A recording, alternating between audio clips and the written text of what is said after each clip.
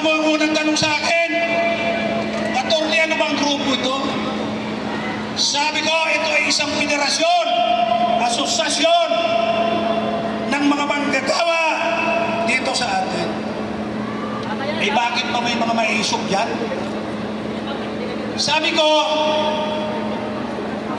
talagang kasama namin yan sapagkat sumusuporta po yan sa advokasya sa mga manggagawa na matagal na naghihirap at hindi asikaso pinapansin itong ating pamahalaan. Isa pa, ito baka sabihin nyo nagbubuhat tayo ng sariling bangko. Sabi ng taga-GMA, yan, makikinig sila, baka nandito yan. Diba?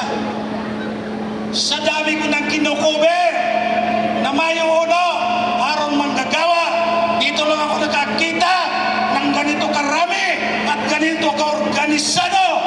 Kaya mga kasama, palakpakan natin ang ating mga sarili.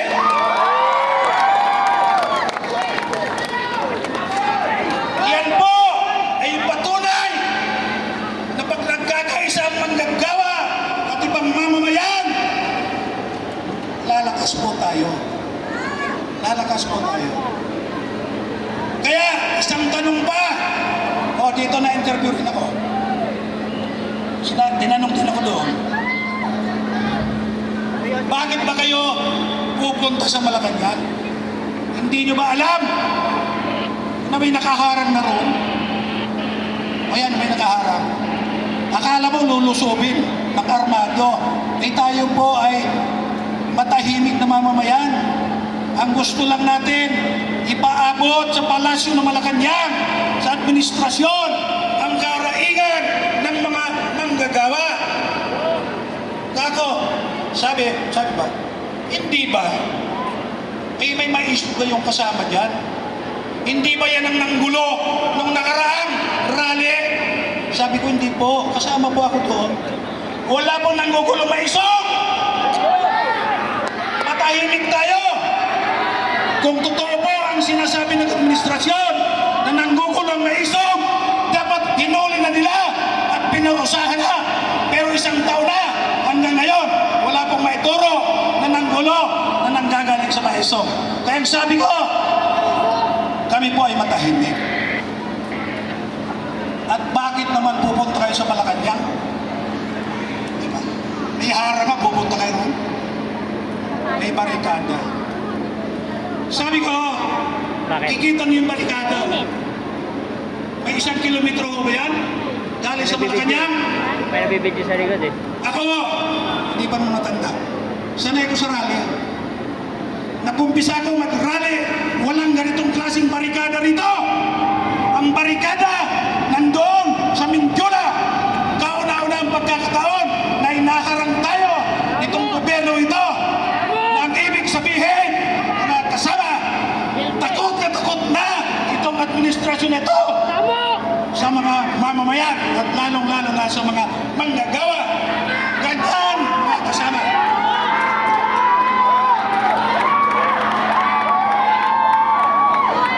Kita nyo, yung mga kasama natin pulis, nandun. Diba? Usap kami kanina. Sabi ko, kami naman sa Sarali. Hindi kami nanggugulo. Payagan nyo lang kaming ipaabot ang aming mensahe. Kami ay magdi-disperse ng mapayapa mamaya. Ilan ho ba ang speakers ninyo? Sabi ko, inisaliwalo.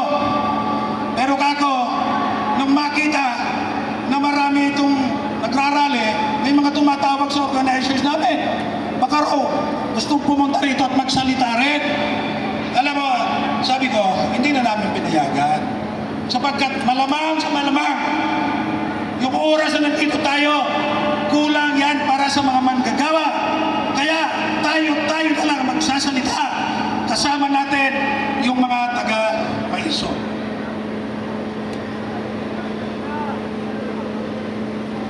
Ano ba ang issue? Ano ang karaingan ng mga manggagawa? Siyempre po, lagi-lagi naman yan. Kailan ba guminawa ang buhay ng mga manggagawa? kahit kailan. Hindi. Pero sa panahon nitong administration itong si Marcos, lalo tayong naghihirap. Okay. Bakit? Kamo, tingnan niyo yung ginagawa nila. Matagal na akong leader manggagawa. Isa pa, sasabihin ko sa inyo, ito lang ang Mayo 1 na hindi inimbita at nagkaroon ng seremonya sa Malacanang. Umpisa pa doon sa kauna-unang presidente. So yan ay nagpapakita na itong administrasyon na ito, walang pakiramdam, walang simpatya, at walang pagpapahalaga sa mga manggagawa.